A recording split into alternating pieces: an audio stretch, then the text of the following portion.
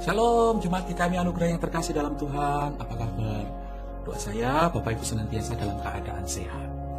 Mari kita terus bersyukur kepada Kristus, Sang Surya hidup kita yang selalu menyinari kita dengan kasih-Nya. Dalam rangka merayakan minggu-minggu Advent, saya mengajak kita kembali melihat karya Tuhan di dalam hidup kita melalui firman-Nya. Selamat mensyukuri berbagai bentuk pemeliharaan Tuhan Yesus atas hidup kita. Renungan hari ini, 3 Desember 2020, terambil dari Injil Lukas, pasalnya yang pertama ayat yang ke-78 dan 79. Demikian bunyi firman Tuhan. Oleh rahmat dan belas kasihan dari Allah kita, dengan mana Ia akan melawat kita, surya pagi dari tempat yang tinggi, untuk menyinari mereka yang diam dalam kegelapan dan dalam naungan maut, untuk mengarahkan kaki kita kepada jalan damai sejahtera. Berbahagia setiap kita yang membaca dan melakukan firman Tuhan. Melalui bagian firman Tuhan ini, saya mengajak kita merenungkan satu tema, yaitu surya pagi dari tempat tinggi.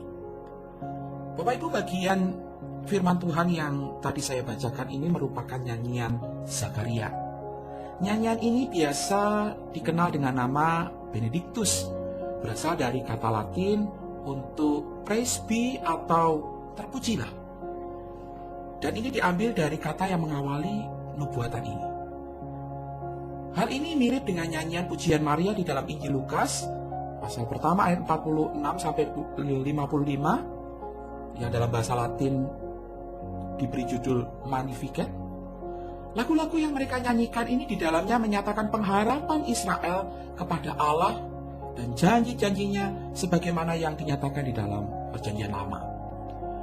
Janji Allah kepada Abraham, Lukas pertama ayat yang ke-73, bahwa melalui keturunannya semua bangsa di muka bumi akan mendapatkan berkat. Kita bisa bandingkan di dalam Kejadian 22 ayat yang ke-16 sampai 18, 26 ayatnya yang ketiga. Zakaria menegaskan bahwa masa yang dinantikan oleh semua orang Israel telah tiba.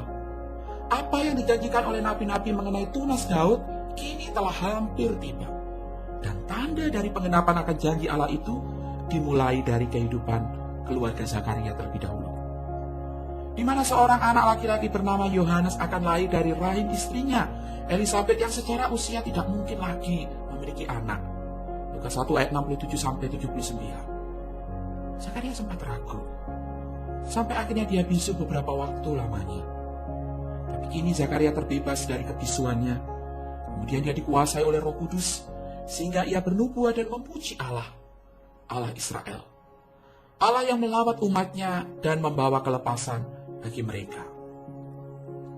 Kurang lebih 2000 tahun yang lalu, apa yang dialami Zakaria ini telah berlalu.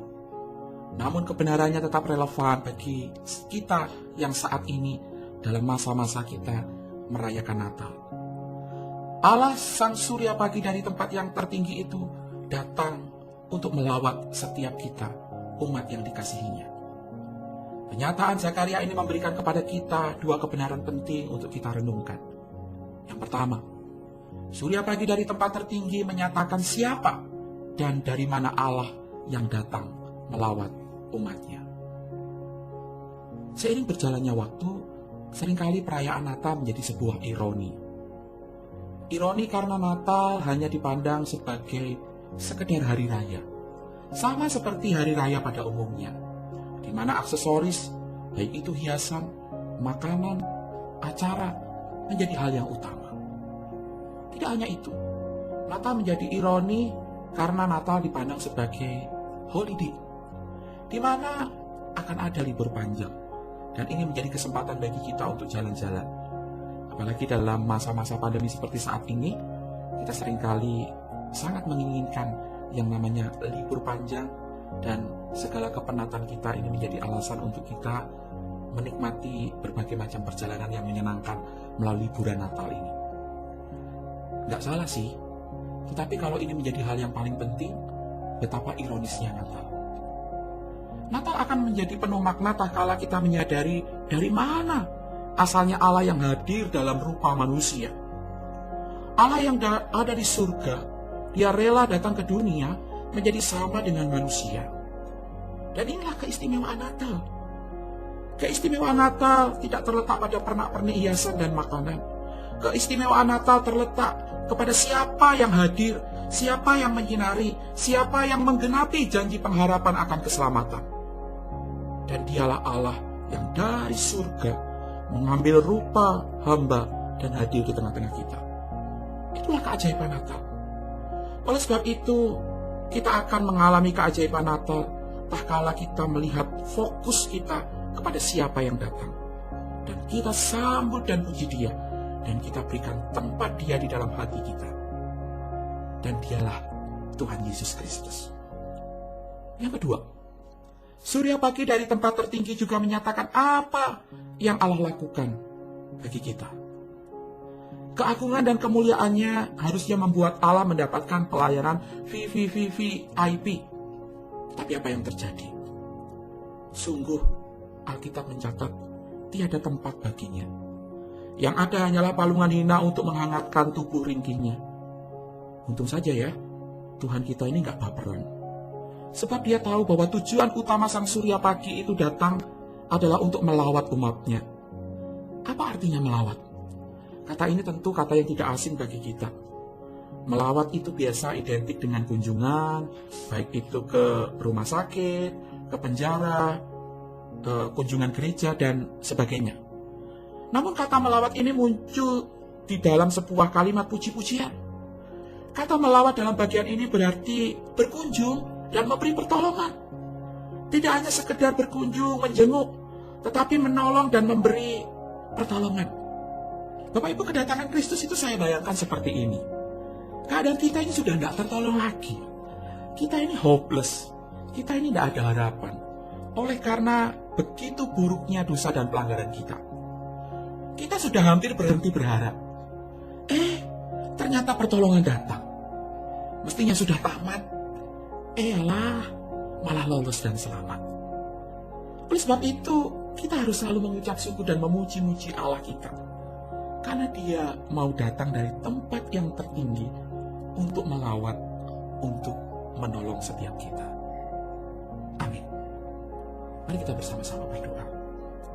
Tuhan, terima kasih karena Engkau Allah yang mau datang untuk melawat kami, menolong kami, memberikan kepada kami keselamatan.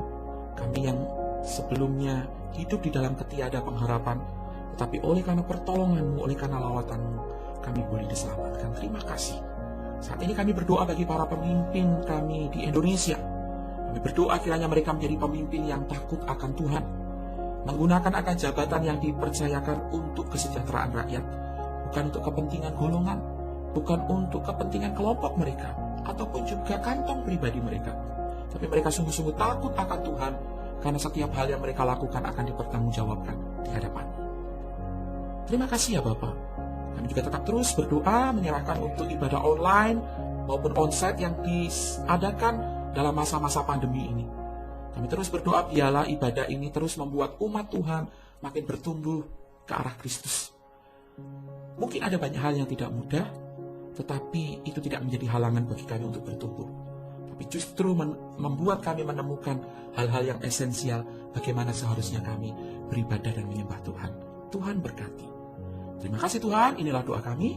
Kami bersyukur kami berdoa di dalam nama Tuhan Yesus. Amin. Pembacaan Gema Perjanjian Lama hari ini terambil dari Daniel, pasalnya yang ke-11, Mazmur 136 ayat yang ke-7 sampai 13, dan Amsal pasalnya yang ke-30, ayatnya yang ke-5 dan ke-6. Mari kita terus giat untuk membaca firman Tuhan, supaya kita boleh dibuat makin mengerti segala kehendak dan jalan-jalan Tuhan bagi hidup kita. Selamat beraktivitas, Tuhan Yesus memberkati.